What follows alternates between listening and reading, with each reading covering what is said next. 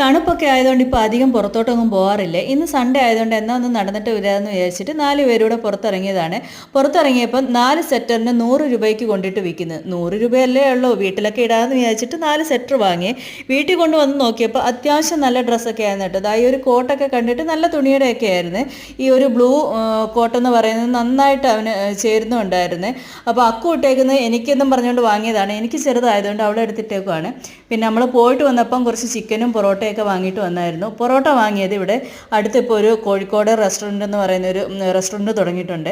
അപ്പോൾ അവിടുന്ന് പൊറോട്ടയും വാങ്ങിയിട്ട് വന്നു. ചിക്കൻ കൊണ്ടുവന്ന പാടെ പറഞ്ഞു ഇന്ന് കറി വെക്കണ്ട, ഇന്ന് ഫ്രൈ ചെയ്താൽ മതിയെന്ന് പറഞ്ഞ്. എന്നാൽ പിന്നെ അങ്ങനെ ആവട്ടെ, ഫ്രൈ എങ്കിൽ ഫ്രൈ ചെയ്താൽ നന്നായിട്ട് ചിക്കനൊക്കെ ഫ്രൈ ചെയ്തെടുത്തിട്ടുണ്ട്.